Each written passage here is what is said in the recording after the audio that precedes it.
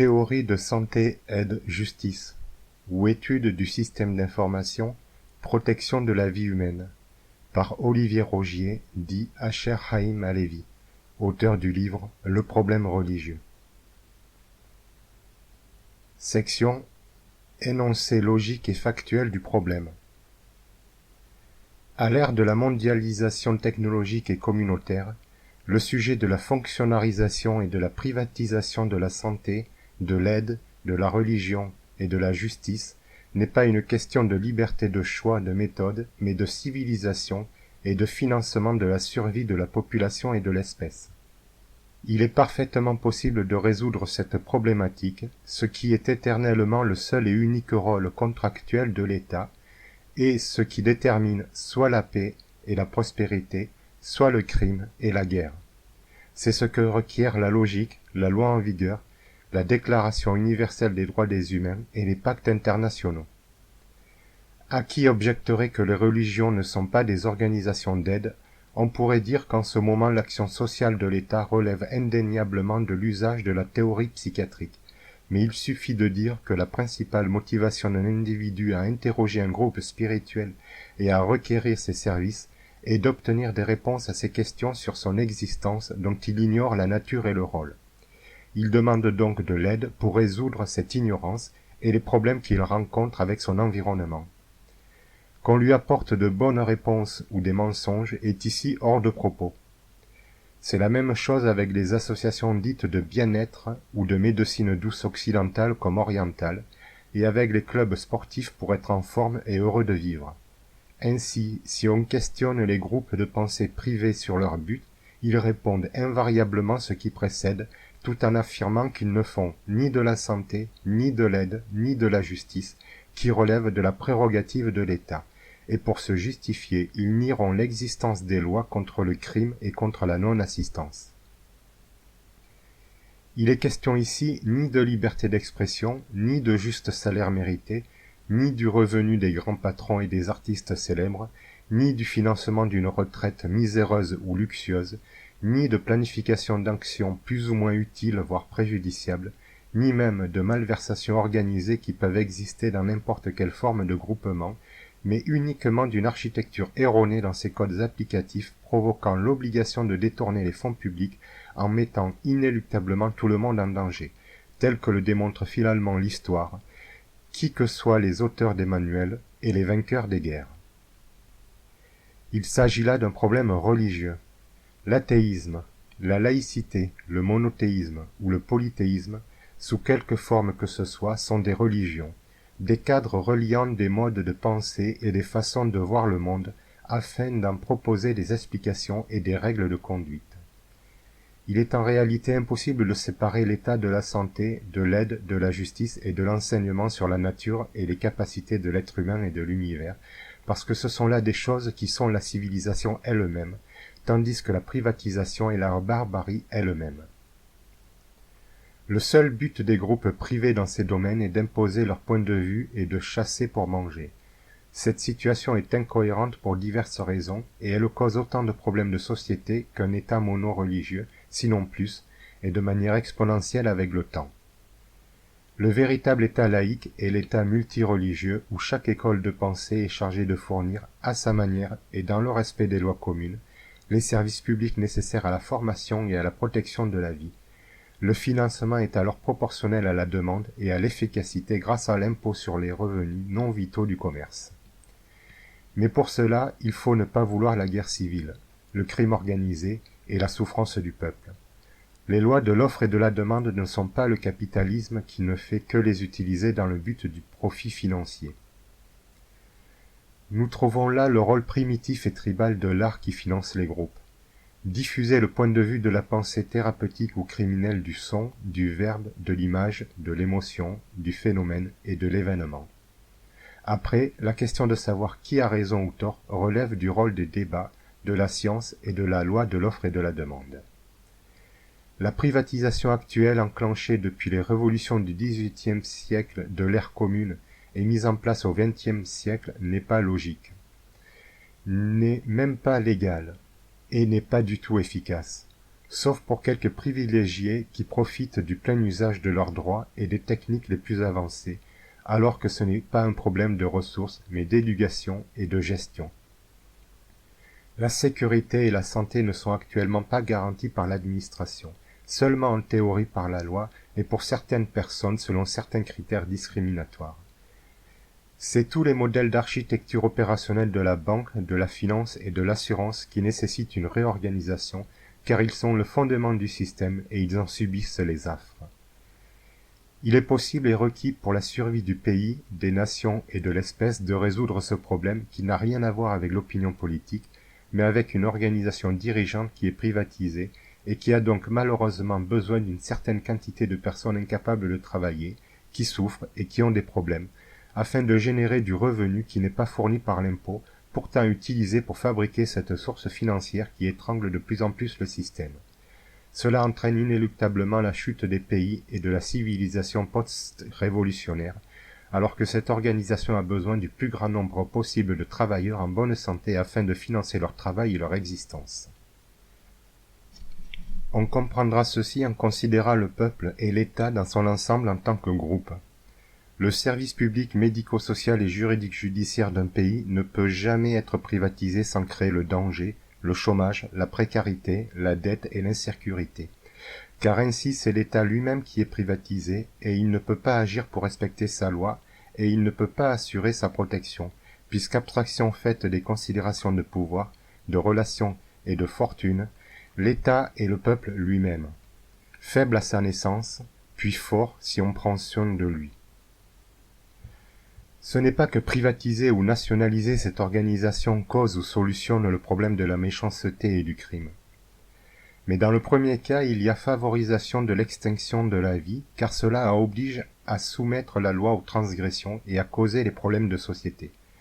Et dans le second cas, il y a une importante élimination de l'intérêt dans le mal et dans la souffrance administrativement causée à autrui, pour quelque raison injustifiable que ce soit.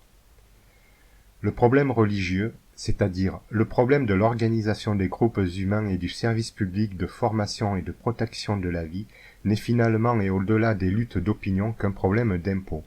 Et ce problème résulte d'un mauvais point de vue sur le trésor public, lorsque celui-ci est considéré non pas seulement comme un fonds de financement des activités de gestion du pays, notamment d'administration législative et territoriale, incluant les services vitaux de santé, d'aide et de justice, mais comme un gâteau ou un pactole dont on veut une part pour un usage privé autre que le juste salaire d'activité de service au sein de l'État. Ce problème est d'autant plus grave et critique que ce fonds public est considéré non pas comme un moyen de service pour faire vivre chaque membre de la société, mais comme une source de subsistance pour une élite qui ignore ainsi la théorie de l'effet domino, puisque ce sont les vivants qui génèrent le revenu commercial et l'impôt, et non les invalides et les morts. Le pilier fondamental et ancestral de la prospérité ou de l'effondrement de toute civilisation est le point de vue au sujet du taux et de l'usage des taxes. Tel est le cœur du problème religieux qui est celui du capital, de la source du revenu et de son usage. Section terminologie métier d'un service public vital non commercialisable et non imposable. Santé et médical veut dire hospice, hôpitaux, cliniques, centres de santé, maisons de retraite, médecins, dentistes, kinésithérapeutes, ostéopathes, chiropracteurs, infirmiers, ambulanciers, pharmaciens, laboratoires, assurances et mutuelles de santé, y compris agences, syndicats, unions, fédérations ou autres entités prodiguant des soins médicaux.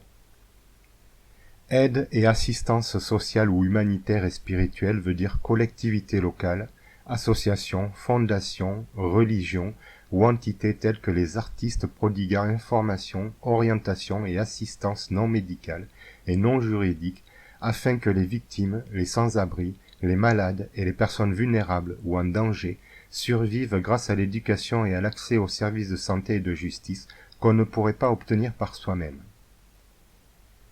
Justice et action juridique ou judiciaire veut dire policier, gendarme, avocat, notaire, huissier, greffier, procureur, juriste, magistrat, juge, protection juridique, organisation de défense, etc.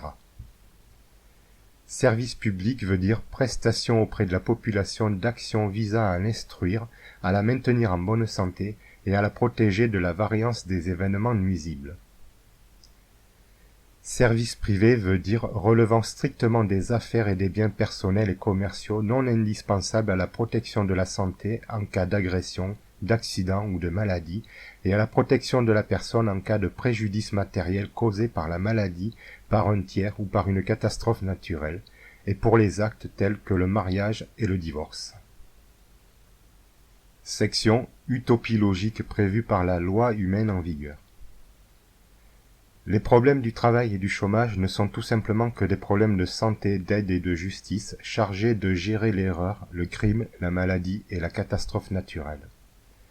Lorsqu'on est malade ou blessé, on ne peut pas travailler, donc on ne peut pas payer l'impôt. Alors on appelle le docteur qui est payé par l'impôt dans le but qu'il nous répare et nous soigne, afin qu'on puisse aller travailler et payer l'impôt qui va payer son salaire. De même, l'avocat est payé par l'impôt pour informer, et pas seulement pour conseiller, dans le but de résoudre les litiges grâce à une médiation ou sinon devant le juge, afin que les travailleurs ne soient pas confus et occupés à accomplir autre chose que leur travail avec le moins d'erreurs possible. Idem pour les aides sociales, les aides aux victimes et les religions ou les groupes de pensée et de parole qui orientent, conseillent et assistent dans ce même but.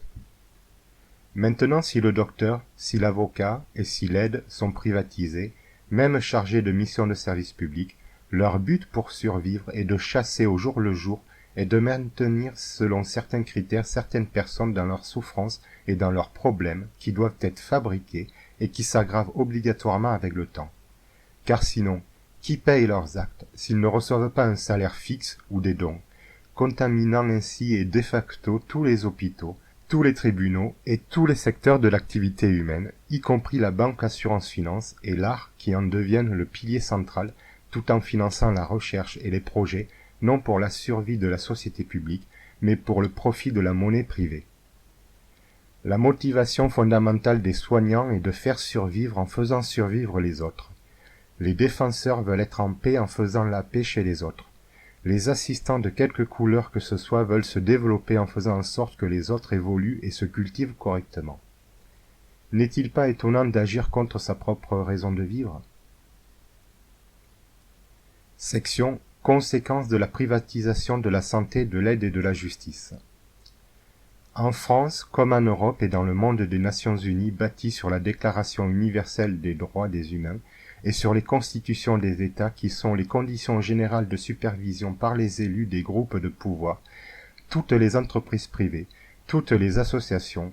toutes les fondations et toutes les ONG qui sont chargées de missions de service public ou qui sont reconnues d'utilité publique dans les domaines de la santé, de l'aide et de la justice sont hors la loi, car leur statut enfreint la déclaration et la Constitution à cause de leur mode de financement. Qu'une organisation de pensée et de réflexion soit privée parce que l'État n'en voudrait pas en raison de sa politique administrative, mais qu'il autorise son existence et son indépendance financière. C'est une chose, car le but est de convaincre par la parole. Mais qu'une organisation de service public, d'action de survie et d'intervention auprès des victimes le soit, c'est illégal au regard des lois humaines en vigueur. Nous parlons ici d'organisation et non des individus eux-mêmes qui, dans tous les cas, et quelle que soit leur appartenance à des groupes ou à aucun, sont légalement soumis à l'obligation de porter assistance et de dévoiler la vérité des crimes selon leurs moyens, sans mettre outre mesure leur vie en danger. Il est des gens pour dire qu'une telle loi n'existe pas, et que parce qu'ils sont dans tel ou tel groupe public ou privé, ils n'ont pas à respecter la loi en vigueur. Ce sont des menteurs et des méchants. Cette privatisation est la seule et unique cause de l'explosion démographique des souffrances corporelles et des litiges socio-professionnels, qui est décuplée par le niveau technologique. Il ne s'agit là ni d'une opinion politique, ni d'une idéologie de quelque nature que ce soit, mais d'un constat et d'un fait logique fondamental. Peu importe qu'on agisse bien ou mal, car privatiser, les choses relatives à la protection de la vie entraînent assurément et inéluctablement l'éventuelle prospérité potentielle d'une civilisation vers l'effondrement jusque dans les finances publiques, y compris militaires. Il n'y a absolument aucune autre raison à tous les problèmes de société sinon la méchanceté, la guerre, les épidémies, la pollution industrielle, accidentelle et les grandes catastrophes naturelles. La médecine est chargée de soigner les corps. L'aide est chargée de secourir les faibles et les victimes. La justice est chargée de condamner les méchants. L'éducation générale est chargée de former des citoyens capables de lire et écrire pour se former à un métier qui sert à payer l'impôt ou qui sert à réparer ceux qui ne peuvent pas payer l'impôt. Le groupe de pensée est chargé de développer la personnalité sociale et quelques heures de littérature et de philosophie à l'école publique ne suffisent pas. Quand on dit que les fonctionnaires d'un pays ne doivent rien posséder, c'est parce qu'ils possèdent tout, et que leur survie dépend de la survie de ceux qui possèdent et payent l'impôt. Nous ne sommes pas là en religion, mais au-dessus. Tout acte libéral de ces choses est par définition universel et constitutionnel illégal, car il est stipulé aux articles 10 et 11 du préambule de la Constitution française que c'est la nation, c'est-à-dire l'État, qui assure à chacun les conditions nécessaires à son développement et qui garantit la protection de la santé et de ses biens. La nation et pas des entreprises privées qui dirigeraient le pays en cherchant du profit. Tels sont les termes du contrat basé sur la dépense des fonds publics de l'impôt. Sinon, c'est tout le service public, toute l'élite et tout le peuple qui est contaminé. Tout celui qui dirait que cette assertion est fausse et illégale ou irréalisable mentirait contre la Constitution, contre la logique et contre sa propre survie et celle de l'espèce. La sécurité sociale et son assurance maladie privée, ainsi que toute autre assurance ou mutuelle de santé, de protection corporelle et de protection juridique devraient être des services d'orientation et de résolution entièrement et directement prodigués dans les meilleures conditions d'accès par des fonctionnaires de l'État selon le modèle de l'offre et de la demande du service, y compris auprès des personnes invalides et alitées, par téléphone ou à domicile si nécessaire. Sinon, une des conséquences de la privatisation de cette architecture est d'autoriser l'impunité arbitraire et illégale de l'acte d'isoler et de porter atteinte à l'intégrité de la vie des victimes de traumatismes et de maladies en invoquant de manière mensongère la liberté, le respect de la loi, la protection de l'ordre public et l'autorité de l'État comme justification absolue en tant que bon droit et bien fondé. Accuser de harceleurs ou de malades mentaux des personnes opprimées, souffrantes et confuses qui ne reçoivent pas l'aide adéquate qu'ils réclament et qui est requise par la loi, n'est qu'hypocrisie morbide mal intentionnée. Depuis la nuit des temps, la capitalisation dans le domaine de la santé, de l'aide et de la justice comme de l'éducation n'a jamais fonctionné. Ça ne fonctionne pas, et ça ne fonctionnera jamais, car ce sont des services publics et non des entreprises privées. Cette privatisation n'a rien à voir avec une mauvaise dictature, ni même avec une dictature bienveillante qui serait préférable, et cela était connu notamment de la Chine antique et de l'Égypte ancienne, où le docteur et l'avocat étaient ce que la loi actuelle dit qu'ils doivent être, afin de garantir santé, aide et justice, en tant que droit pour tous libre d'accès en cas de nécessité. Les bâtisseurs des pyramides qui étaient des volontaires avaient, comme le reste de la population, le droit gratuit et immédiat d'être soigné en cas de maladie ou de traumatisme corporel, ainsi que d'accéder à une cour de justice pour y régler leurs problèmes qui les empêchaient de travailler, et ils avaient un revenu de retraite ou d'invalidité très correct. Ce que les dirigeants actuels de l'organisation, qui protestent sans cesse contre les réformes françaises de cette décennie 2010 de l'ère commune, nomment dérive sécuritaire de l'hospitalisation psychiatrique et étatisation du service public en santé et en justice, avec mise en danger de la population, est en vérité le seul moyen de garantir l'indépendance et la bonne marche non seulement du système de soins et de protection, mais également de tous les autres, et ce, dans l'intérêt de tous, des dirigeants comme des dirigés, et des enfants comme des personnes âgées, et surtout des malades et des traumatisés corporels et psychologiques, qui sont le fonds de commerce de ce système culpabilisateur. En quoi interdire l'administration immédiate et forcée de substances mortelles à une personne arbitrairement et abusivement arrêtée est-elle une dérive sécuritaire? En quoi garantir la sécurité de l'emploi et un salaire stable du personnel soignant et du personnel de justice met-il la population en danger? Que vont dire les associations d'aide et les groupes spirituels quand ce sera leur tour? comporte atteinte à la liberté de mentir et de ne pas respecter la vie et la loi? Il ne viendrait jamais à l'idée d'une autorité civilisée et saine d'esprit de privatiser l'eau de base, car elle en assurerait la qualité et la distribution grâce à l'impôt, et en monétiserait la consommation privée et industrielle au-delà de la quantité vitale. Section « Solution logique employée avec efficacité par les dirigeants des anciennes et grandes civilisations ». Refonctionnariser à sa juste valeur le personnel soignant, le personnel de l'aide et le personnel de la justice, formés et payés aux frais de l'impôt selon des quotas nécessaires de travailleurs sélectionnés et motivés pour la maintenance de la bonne marche du pays et des travailleurs qui payent l'impôt. Ce n'est pas une option facultative et c'est une obligation vitale pour la survie de notre espèce en cours de mondialisation, même si des gens croient le contraire parce qu'à moins d'être méchants et stupides, ils ne savent rien malgré leur connaissance et leur pouvoir, et parce qu'on leur a enseigné à faire non pas la guerre à l'ignorance et aux concepts nuisibles, mais au corps et à l'existence des gens eux-mêmes. On peut tuer des millions d'individus. On n'aura pas touché un seul atome de ce qu'on combat, peu importe qu'on ait raison ou tort, à moins d'avoir exterminé toute la vie sur Terre. Qu'un groupe de santé, d'aide ou de justice soit privé jusqu'à jouer en bourse avec la vie de la population, tout en alléguant avoir de bonnes intentions et par définition même de l'assertion, un illogisme illégal et une incohérence hypocrite, relevant de l'ignorance, de la convoitise ou de la démence, et causant dans tous les cas un crash système. Même si on change la Déclaration universelle des droits, la Constitution et le Code pénal pour autoriser une telle chose au niveau du fondement de la nation. Il est évident que cela ne résoudra pas le problème de la méchanceté et du crime puisque de la prérogative de l'éducation. Mais un bon système, une bonne éducation et une bonne orientation professionnelle réduisent ce problème qui relève de l'individu. Pour cela, il suffit simplement de changer les statuts et de réorganiser la procédure hiérarchique afin qu'on respecte les conditions générales de supervision de l'État. Il est évidemment nécessaire de réformer les rouages de la banque assurance-finance et de niveler certains salaires patronaux, y compris le revenu des médias et des artistes, afin de répartir équitablement les ressources et de maintenir un impôt fort et juste. Tout le monde y gagnerait d'un côté la sécurité de l'emploi et de l'autre la protection de la vie, même si on ne travaille pas et si on est traumatisé ou malade. Les services publics de base en santé, en aide, en justice et en religion deviennent alors les piliers de la civilisation grâce à l'impôt des commerces, auxquels peuvent s'ajouter les dons. C'est seulement alors que le slogan « Liberté, égalité, fraternité » est appliqué, sinon c'est assurément la barbarie d'office sans justice. Une des conséquences budgétaires est que le salaire d'un fonctionnaire n'a pas à être imposable puisque payé par l'impôt,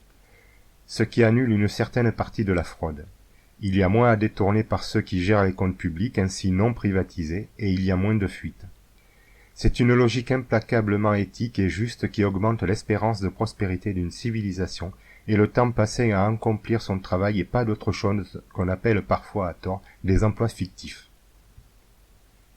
Section « Preuve absoute de démonstration et exempte de débat » quant aux principes instaurés initialement comme postulats fondamentaux par la Déclaration des droits, par la Constitution et par les grandes lignes de la législation. Comme il a été précédemment cité, le développement personnel, la protection de la santé et la sécurité matérielle, c'est-à-dire l'accès à l'éducation et aux religions adaptées, sûres et efficaces dans les meilleures conditions d'accès, l'accès aux soins médicaux adaptés, sûrs et efficaces dans les meilleures conditions d'accès, l'accès aux aides adaptées, sûres et efficaces dans les meilleures conditions d'accès, et l'accès aux tribunaux compétents incluant l'assistance d'un avocat, sans obstruction, sans délai exagéré, sans préjugés, et dans les meilleures conditions d'accès, sont définis par la loi en vigueur non pas comme des choses qu'on peut ou ne peut pas se payer selon sa réussite socio-professionnelle et selon les relations qu'on entretient avec les autres, ou encore comme des choses dont on peut accorder ou ne pas accorder le droit d'usage selon quelque critère que ce soit, et même les criminels ont le droit de se faire emprisonner avec humanité et sans nuisance, mais comme des choses auxquelles tout le monde a droit en tant que service public libre d'accès, financé directement par l'impôt et administré par des fonctionnaires ou des sous-traitants sous la supervision des fonctionnaires. C'est l'article 9 du préambule de la Constitution française. Sinon, il n'y a aucune égalité et aucune fraternité, ni même de liberté, et encore moins de justice. D'où l'importance d'avoir le droit anarchique de proposer le choix méthodologique du moment que ce choix n'a pas été prouvé et jugé inapproprié et nuisible quant au rapport du gain et des risques gérables. Section Considération sur les droits. Il est un fait juridique stipulé par les procédures administratives françaises, européennes et mondiales que seuls ont des droits devant l'État, pour eux et pour les autres, les docteurs qui certifient, les élus qui décident, les patrons qui organisent et les avocats qui plaident. Ils sont ainsi les seuls à pouvoir saisir les instances de justice et de recours, puisque l'usage des droits par les autres citoyens, pourtant garanti par la Constitution et par la législation comme absolu et non opposable, est soumis à leurs choix subjectifs et à leurs décisions arbitraires, quoi qu'on fasse croire à ce sujet dans les brochures et dans les médias. Rares sont les cas où l'on peut aller devant le tribunal sans avocat pour se retrouver face à des avocats et à des magistrats qui ne vous écoutent pas. Cette situation est non conforme car illégale et néfaste à tout le monde. Il est un fait juridique que les victimes, ayant ou pas une déficience mentale de quelque nature et de quelque origine que ce soit, ont toutes, d'après les cases du formulaire de classement sans suite des plaintes pénales, aucun droit de défense et de réparation auprès des procureurs, puisqu'il suffit d'en cocher une au choix, sans devoir rendre des comptes à qui que ce soit, sinon aux juges du tribunal qui ont une coutume collective nommée « Nul ne peut se constituer de preuve à soi-même »,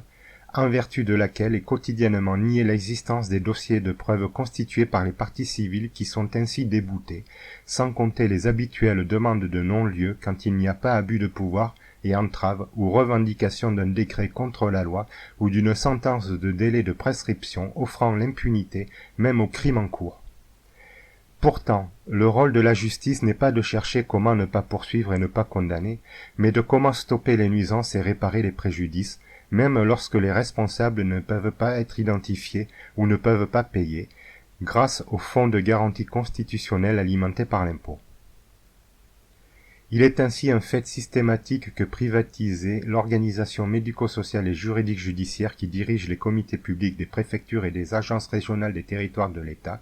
peu importe les nomenclatures utilisées selon les pays, et peu importe les croyances et les opinions à ce sujet, est le meilleur moyen de ne rien faire pour protéger correctement et efficacement la santé et les biens de toutes les personnes, voire de le faire de la mauvaise manière, sinon pour les familles de l'élite. Il est par conséquent un fait juridique structurel que le statut libéral de la médecine, de l'aide, de la religion et de la justice est non seulement potentiellement nuisible, mais avant tout fondamentalement illégal, contrairement à ce qu'on affirme de plus en plus. À moins d'être soi-même avocat, la seule et unique obligation de fournir le service d'un avocat à un individu est soit au cours d'une garde à vue, soit lors d'une poursuite par un procureur devant une cour de justice, l'action de l'avocat étant ici hors de propos. Dans de telles conditions d'application de coutumes illégales et de décrets illicites, parfois à l'aide de faux documents, c'est toute la loi qui sert à rien du tout, puisqu'elle est utilisée selon des intérêts et non selon la réalité des faits et des préjudices. La tendance actuelle, héritée de la révolution du XVIIIe et mise en place au XXe siècle, afin de créer un monde libéré de la barbarie, de l'oppression, de la dictature et du crime, est malheureusement de tout privatiser de plus en plus jusqu'à l'administration de l'État lui-même, où il ne resterait que des politiciens propriétaires d'entreprises privées. Les dirigeants ne doivent pourtant rien posséder de commercial, car ils sont partout chez eux du fait qu'ils possèdent la responsabilité de gérer l'organisation et la survie du pays et de chaque citoyen indigène et étranger, qui y réside légalement ou pas. C'est comme ça que les conflits d'intérêts disparaissent. Et il n'est ici pas question de caste, mais d'emploi, de moyens et de buts, quelle que soit la durée des mandats qui sont ainsi un choix. L'organisation chargée de la protection de la santé et des biens des personnes est la première des choses à changer pour obtenir la civilisation de l'espèce humaine. Telle est la logique des articles 9, 10 et 11 du préambule de la Constitution de 1946, et pas seulement celle du 1er, du 4e et du 5e et de tous les autres. Il ne faut pas croire cette affirmation au cas où on ne percevrait pas la logique de la démonstration, mais examiner les preuves et les statistiques, vérifier la législation en vigueur et les procédures administratives, et questionner les responsables et les autorités. Une certaine quantité de personnes traitent mal une certaine quantité de leurs semblables dont ils font des victimes qu'ils accusent et condamnent illégalement et sans recours possible à subir d'abominables forfaits afin de justifier leurs actes qui mettent la vie en danger. Des traumatisés corporels deviennent alors de plus en plus pauvres jusqu'à se retrouver sans rien, sans secours et sans accès aux droits, tout en étant opprimés, agressés, kidnappés, séquestrés, torturés, puis enterrés. Lorsqu'une telle organisation défectueuse dirige la vie des citoyens et refuse de changer ses mauvaises méthodes, il n'est pas étonnant que les problèmes s'aggravent inéluctablement au préjudice de tout le monde, parce que l'impôt sur les revenus des activités du commerce est le fondement de la protection des humains et de la civilisation des systèmes éducatifs, l'enseignement du savoir, social, l'aide matérielle, législative, la gestion de la loi, administrative, la gestion de la procédure, judiciaire, la gestion de la protection des personnes, civil, l'ordre interne, militaire, l'ordre externe, statistique, la gestion des quotas, financier, la gestion de l'impôt, spirituel, l'aide mentale, marchand, le commerce, et médical, la réparation du corps. Ne sont en effet capitalisables que les marchandises et les services non vitaux et non administratifs qui ne relèvent pas de la prodigation communautaire aux individus, comme par exemple les routes publiques, les logements dits sociaux pour que personne ne soit sans logement, les bâtiments de la nation pour organiser et divertir le pays, le forfait vital de l'eau des habitations, la nourriture de base, les vêtements de base, l'instruction générale, les soins médicaux qui ne sont pas de convenance, la protection contre les nuisances d'origine naturelle et humaine, l'assistance aux démunis et aux victimes, l'indemnisation des accidentés et des invalides, la recherche médicale et technologique, etc. C'est avec une facilité déconcertante que des serviteurs de la République au sein des cabinets, des assurances, des mairies, des préfectures, des tribunaux, des associations, des médias, des religions et des gouvernements refusent collectivement et sans recours possible d'entendre et de considérer les faits juridiques et les témoins présentés par des victimes afin d'arbitrairement et faussement les condamner, malades mentaux, chose considérée par la plupart des citoyens comme étant pire que d'avoir commis le plus grave des crimes, dans le but avoué par écrit de les maltraiter davantage et de leur laisser de plus graves séquelles que celles signalées et qui résultent d'agressions, d'accidents et de mauvais soins, qui relèvent d'une escroquerie de masse dévoilée par la science, définie par la loi et démontrée par les dossiers des preuves et des charges constitués à l'aide des documents écrits et signés par les protagonistes et par les observateurs dont l'existence est inlassablement liée en invoquant par l'intermédiaire du défenseur des droits le bien fondé et le bon droit des décrets sournois et de coutumes malveillantes, que les gens ne connaissent pas, et c'est à peine s'ils connaissent quelques lois qui disent que le mensonge, le vol, l'agression et le meurtre est interdit et puni, employés pour justifier l'infraction de toute la loi et les préméditations planifiées de graves crimes en cours. L'État est toujours responsable de protéger la vie humaine et les biens légitimes. C'est son rôle contractuel. Et il n'en a pas d'autre. Sinon assurer le développement éducatif et personnel de l'individu. Et lorsqu'il ne le fait pas, c'est que le bénéfice est ailleurs. Ainsi, au sein d'une société civilisée, payer pour boire et manger le nécessaire vital, payer pour des habits et un logement minimum, payer pour être soigné, payer pour être éduqué, payer pour être conseillé, payer pour être aidé, payer pour être protégé, et payer pour accès à la justice, c'est à jamais incompréhensible car c'est très illogique, sans même considérer que le service est bienveillant ou malveillant. Les victimes n'ont pas à payer pour que les méchants puissent agir librement dans les coulisses. Peu s'en sortent vraiment et toujours avec des séquelles. L'argument de la liberté et de l'assistanat régulièrement brandi par les opposants à la communautarisation du service public est un argument fallacieux, antisocial, anti-civilisationnel, anti-nation et anti-humain. La situation administrative du monde actuel est inquiétante car utiliser l'impôt pour autre chose que bâtir des maisons et protéger les habitants est dangereux et néfaste. Les opérateurs télécoms ont une grande responsabilité vis-à-vis du respect équitable des droits et de l'usage correct de la loi, car la communication est le point faible névralgique des individus, des couples, des familles, des groupes, des communautés, des peuples, des nations et de l'espèce, et tel est le sujet de la neutralité du web. Il y a donc cas de force majeure et urgence, car la menace sur la vie humaine est en directe corrélation avec la menace de l'emploi public et non le contraire. Le corollaire de cette assertion est que la force d'un pays est déterminée par la force de son trésor public, qui lui-même est égal à la force de son service public. Un service public privatisé engendre des finances publiques faibles, ce qui, aux yeux des éons, et abstraction faite des invasions et des fléaux auxquels on résiste selon cette force et non selon la technologie scientifique, entraîne un pays vers sa disparition. Cette loi est applicable jusqu'à l'espèce si tout le monde fait pareil. Il est une loi de la même nature que celle des forces de l'univers et de la vie, comme par exemple la gravitation. Lorsqu'on trébuche, on tombe, et si on n'aide pas, ça fait mal.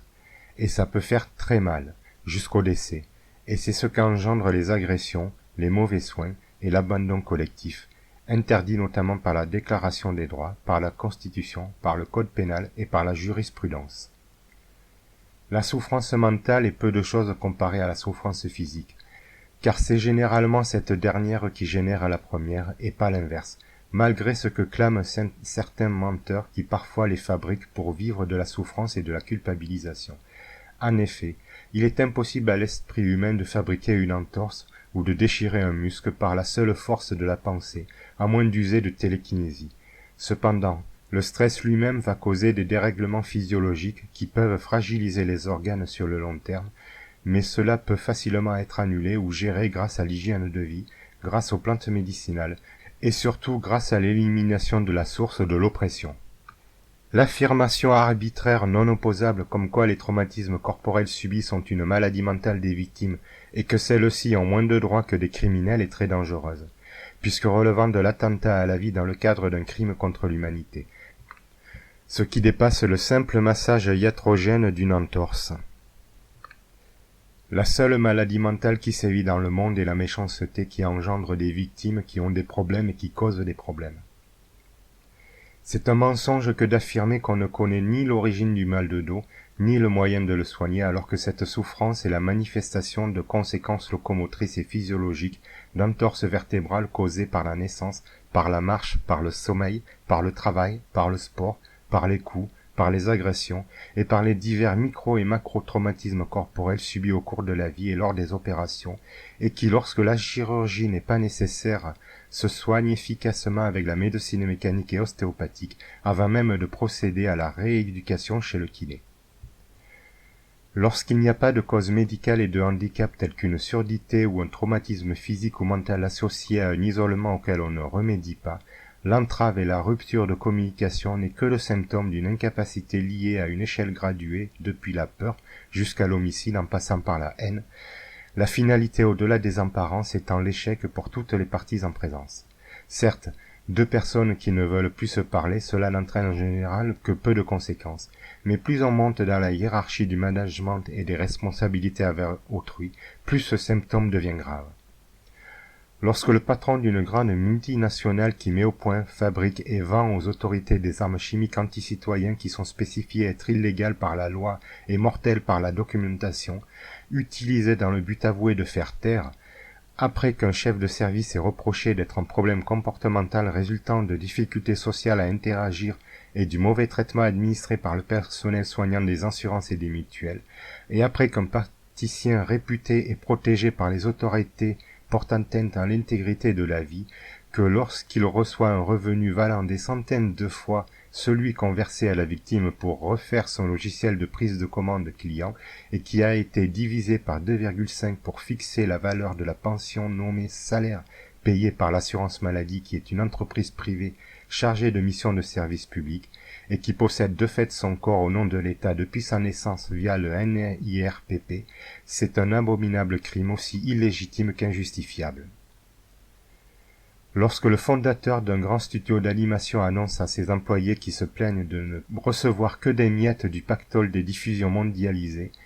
que c'est parce que malgré passer des plus d'heures au travail que lui, ils ne s'investissent toujours pas assez, au lieu de leur avouer que l'archaïque et trompeur droit du sang de la naissance existe toujours puisqu'étant seulement et simplement le droit du pouvoir relationnel, c'est une hypocrisie esclavagiste et il est nécessaire de remettre en question la nature et la finalité de toute la chaîne de production.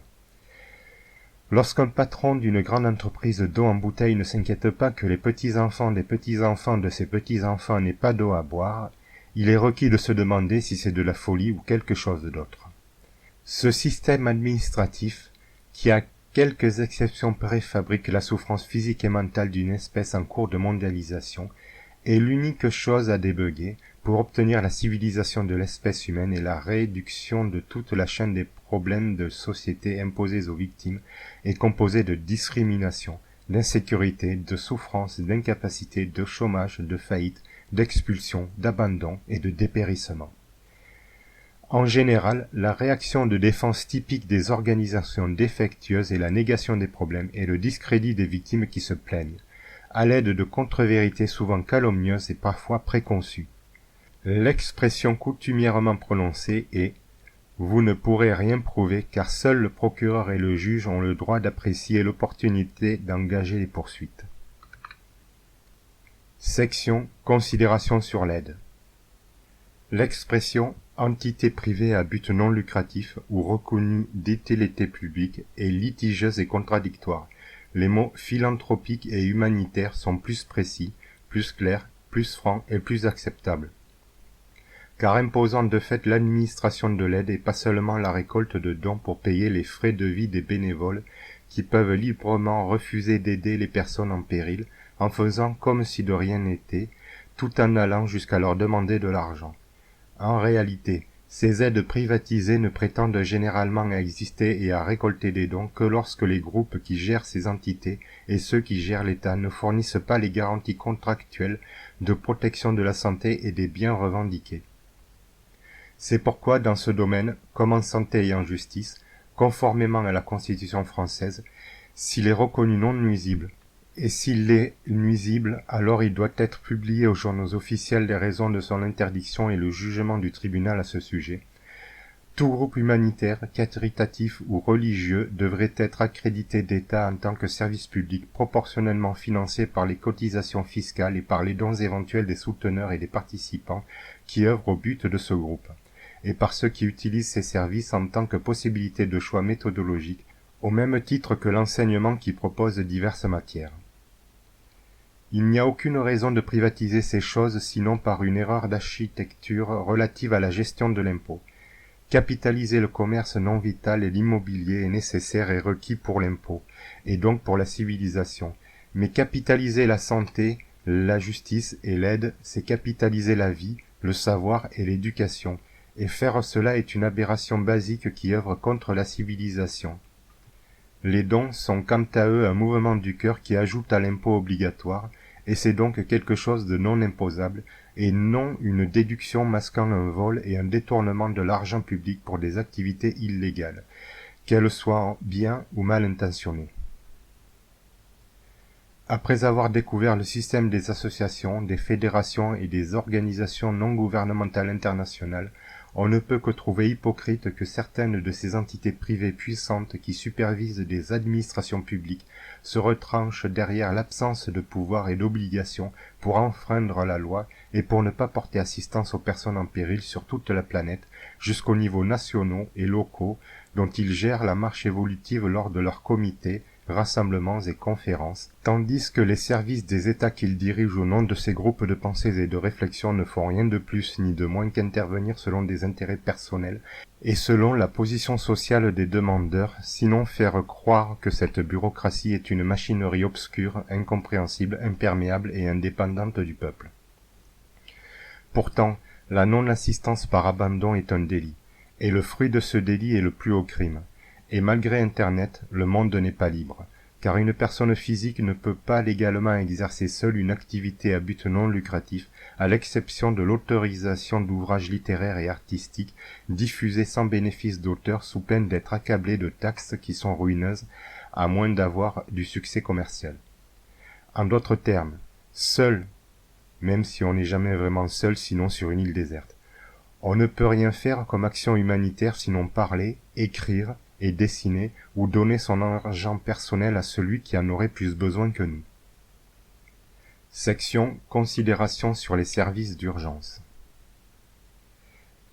Les services d'urgence devraient au même titre que les disciplines actuelles imposer l'astreinte de réparateurs du système locomoteur en cas d'accident ou d'agression sur la route ou à la maison. que ce soit sur place ou qu'on y soit amené. Car entre ne rien faire et empoisonner durant des années puis amputer ou pire, il y a toute une échelle graduée de problèmes et de solutions efficaces connues depuis l'aube de la médecine. C'est la même chose avec le juriste ou le bénévole lorsque face à un problème critique ou une grande confusion, on a besoin de savoir quoi faire et ne pas faire. Sinon on fait n'importe quoi, n'importe comment et les méchants vont s'en régaler. Lorsqu'il y a un incendie ou une avalanche, qui regarde sans rien faire en trouvant cela plaisant? C'est vital et obligatoire en vertu de la science et de la Constitution française. Et c'est une chose très connue de n'importe quel diplômé de la faculté de médecine. Il suffit d'interroger les assurances, les docteurs, les députés, les tribunaux, les mairies, le gouvernement ou toute autre autorité laïque et religieuse et d'observer leurs réactions. En privé, ils disent aux ignorants et aux victimes qu'ils ne savent rien au sujet de la souffrance corporelle des êtres vertébrés, humains comme animaux, mais c'est rarement la vérité, et ils s'énervent puis refusent de communiquer ou portent plainte. En effet, les docteurs savent que sauver une articulation ou un muscle blessé, en particulier au niveau vertébral, c'est aussi vital que sauver un cœur ou un cerveau. Et quel que soit le délai de mise en danger de la vie de quelques secondes à de nombreuses années, il faut dans tout le cas intervenir au plus vite, sinon au fil des ans, on vous parle de douleurs fantômes, de fatigue chronique, de rhumatisme, de médicaments, de maladies psychosomatiques et puis mentales, surtout si vous ne vous laissez pas faire. Et vous ne comprenez plus rien à ce qui vous arrive, tandis que vous souffrez et que tout s'effondre dans votre vie socio-professionnelle, parce que vous n'êtes plus capable de travailler, ni même de faire du sport et d'avoir des loisirs et des amis. Le métier de docteur est le plus important, le plus difficile de tous et le plus honorable de tous, avec l'enseignant et le cultivateur, car sans eux il n'y a pas de survie. Le généraliste, comme l'urgentiste, qui sait beaucoup plus que toutes ces choses, a une grande responsabilité dans l'énoncé de la vérité et dans la prescription du soin adapté, car le tout médicament et le tout chirurgical, ou le rien faire en prévision de la psychiatrisation, dans le domaine de la traumatologie corporelle comme des troubles du comportement, met en danger tout le monde, d'autant plus que les victimes sont tenues dans l'ignorance des causes de leur douleur, des moyens de réparation et des dangers vitaux auxquels on est continuellement exposés en l'absence de soins. Ce sont des millions de personnes qui sont concernées et qui sollicitent information, aide et premiers secours, puisqu'il paraît que c'est 10% de la population mondiale qui est touchée par ce problème, soit théoriquement plus de 6 millions de Français, et donc 700 millions d'humains. Le tiers de cette souffrance chronique serait lié au travail. Le reste étant pour la quasi-majorité lié aux autres traumatismes corporels de la vie de tous les jours et aux chocs en tout genre qui s'accumulent, ne serait-ce qu'en marchant, en travaillant, en jouant et en dormant. La situation est inacceptable et injustifiable, tout comme l'est la censure et l'inertie à ce sujet. Ces collisions anodines ou graves du corps avec l'environnement nécessitent la consultation régulière d'un praticien en médecine mécanique, tout comme on consulte un dentiste. Sinon on aura des problèmes, puisque les dents et les vertèbres sont liées dès l'embryologie par le nombre, tout comme on peut logiquement penser que le nombre de chromosomes est lié à celui des disques intervertébraux dont on dit qu'ils ne servent que d'amortisseurs, sans même dire qu'une hernie est habituellement l'image d'une entorse. Même lorsque l'État loue les locaux des hôpitaux à une entreprise privée qui est chargée de missions de service public et qui est placée sous la tutelle du gouvernement, nous avons un inextricable problème d'architecture administrative et pas seulement d'éducation. La protection de la santé ne peut pas être assurée tel qu'il vient d'être démontré, puisqu'il y a conflit d'intérêts dont l'existence est officiellement niée afin de tirer profit de la négation elle-même. Section Considération sur la neurotypicité et la neuroatypicité. Le mot autisme ou maladie de soi-même est incorrect car il désigne une fausse cause à un vrai problème et il engendre de l'absurdité et de la confusion au sujet de cette affliction. Sa gestion est donc généralement aussi inadaptée qu'inefficace et dangereuse. Il est en effet de notoriété publique que la psychiatrie et nombre de thérapies mentales sont un abominable échec qui habituellement ne font que terminer de détruire lentement les victimes, et parfois ces choses sont à l'origine du processus. L'autisme dit léger nécessite de la bienveillance pour trouver et résoudre la cause de la rupture de communication et pour ensuite effectuer une réparation de l'éducation à l'aide d'une thérapie de l'interaction et du comportement, ou en d'autres termes, procéder à une instruction et à un entraînement adapté. Le sujet de l'autisme est résolu au niveau de la connaissance lorsqu'on remplace ce terme par la notion de neurotypicité et de neuroatypicité, permettant ainsi de mettre au point des méthodes de gestion lorsque cela est possible. Cette notion récente provient de la communauté autistique américaine qui a inventé le mot neurotypique pour désigner les gens dits normaux, le contraire étant neuroatypique.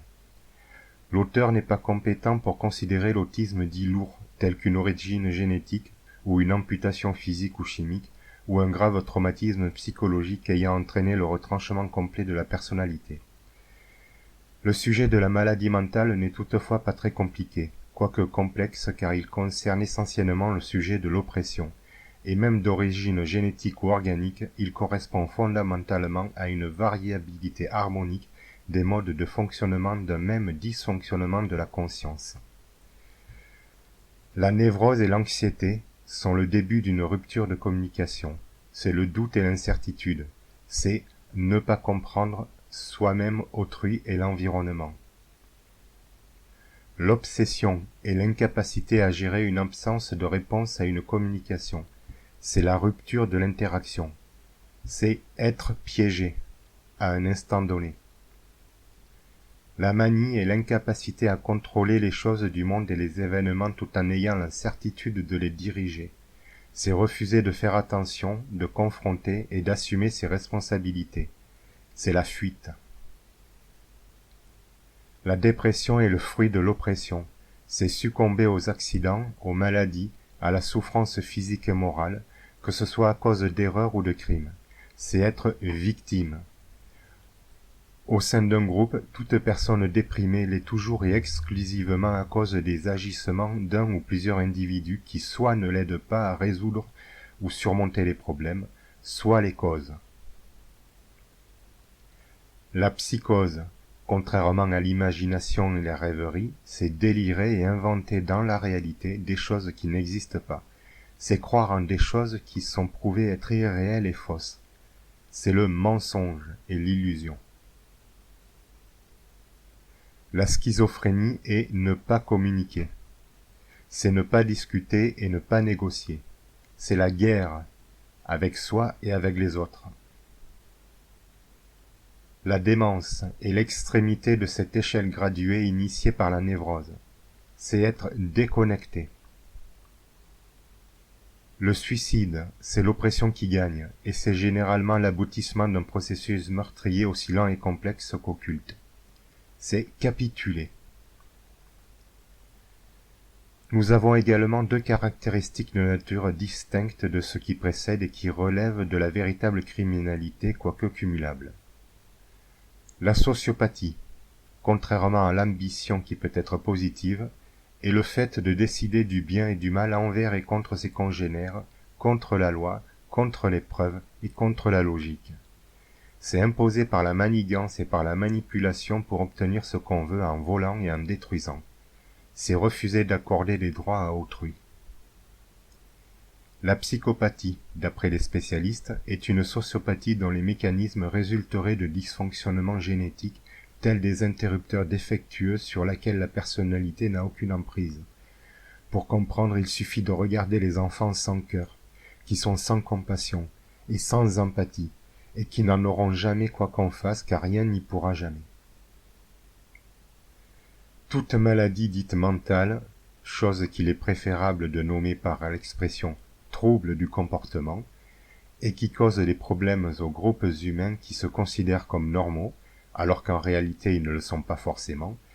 est uniquement une incapacité à interagir avec la réalité tangible et à octroyer à autrui le droit d'exister d'une manière autonome et individuelle. C'est seulement une incapacité à être en paix et en harmonie avec soi et avec l'environnement. Croire et faire croire que des poisons dangereux peuvent soigner quelque maladie mentale que ce soit est de la pure folie. Il faut se méfier de ceux qui utilisent l'argument psychiatrique afin de justifier le refus de communiquer en disant hypocritement que c'est ceux avec qui on refuse d'interagir sans nuisance qui sont fous. Lorsqu'un être vivant se débat et qu'il crie, c'est toujours parce qu'il souffre, c'est parce que quelque chose ou quelqu'un lui a fait ou lui fait du mal, que ce soit une écharde, une entorse, un germe, une situation ou un autre être vivant, à moins d'un problème génétique. Et s'il n'obtient pas l'aide vitale, il peut parfois mal réagir, voire très mal. Par exemple, les bébés pleurent parce qu'ils sont tous détraumatisés corporels de la naissance et qu'ils ont besoin de la main du docteur pour les réparer mécaniquement. Ils pleurent aussi parce qu'ils ont besoin de ressentir cette chose qu'ils ne ressentent plus et à laquelle ils ont été habitués au cours des 9 mois précédents, alors qu'ils ne pourront le ressentir par eux-mêmes que de nombreuses années plus tard. Ils pleurent aussi parfois lorsqu'ils sont malades d'une infection ou de quelque maladie. Mais comme les êtres qui souffrent dérangent à réclamer ce dont ils ont besoin parce qu'ils ne peuvent pas l'obtenir ou ne savent pas comment l'obtenir, les parents ou les autorités s'en débarrassent tandis que les méchants s'en repaissent, tous la conscience tranquillisée par la cruauté autosatisfactoire d'une ordonnance de substances dangereuses. La folie est l'absence, ou du moins une faible quantité, d'interaction et de réalité, comme par exemple lorsqu'on soutient selon un référentiel donné que la Terre est plate lorsqu'on a la preuve que dans ce référentiel elle est sphérique. Les fous, involontaires ou volontaires, n'interagissent pas. Ils sont soit négationnistes et impitoyables, soit chaotiques et implacables, voire les deux.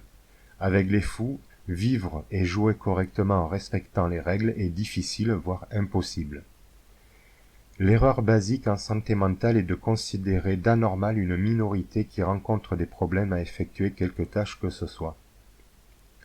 La méchanceté engendre une grande part de l'oppression mondiale et entrave de manière non naturelle l'impulsion de vivre d'autres individus, afin d'obtenir illégalement quelque chose au préjudice des victimes pour le bénéfice illégitime des criminels. Nous avons fondamentalement une dichotomie binaire entre deux types d'individus. Le neurotypique, qui se développe relativement librement avec peu d'oppression. Le neuroatypique, dont le développement naturel est entravé par l'oppression. Ce mot provient de l'anglais neuroatypical et neurodivergent, comme dans divergent, croître différemment, et signifie configuration neurologique atypique. Par exemple, un enfant rendu sourd qui n'est pas géré et qui devient adulte aura de plus en plus de difficultés à comprendre l'environnement et les codes sociaux. Il a donc de plus en plus de difficultés à interagir selon les attentes des individus neurotypiques gentils comme méchants. La communication et le mouvement sont ainsi plus ou moins bridés. Les gens attendent des enfants qu'ils grandissent afin de se comporter selon certains schémas ordonnés définis communautairement et qu'on appelle sociabilité ou culture. Parfois, certains facteurs empêchent certains individus de grandir de la même manière qu'un végétal qui manquerait de lumière, d'eau et de nutriments ou qui serait piétiné. Autisme est subséquemment un très mauvais terme pour qualifier les problèmes d'interaction dans la communication avec autrui et dans la perception du monde. Confondre la psychose avec la psychopathie est une très grave erreur qui engendre tromperie et confusion. Un état psychotique est en effet habituellement le résultat de l'activité d'un ou plusieurs esprits psychosociopathes, et seul le savoir et la vérité permettent de le résoudre. La plupart des formes d'autisme dit léger ou de haut niveau, qui n'ont pas de cause génétique ou organique, ne sont pas du tout une maladie ou déficience mentale.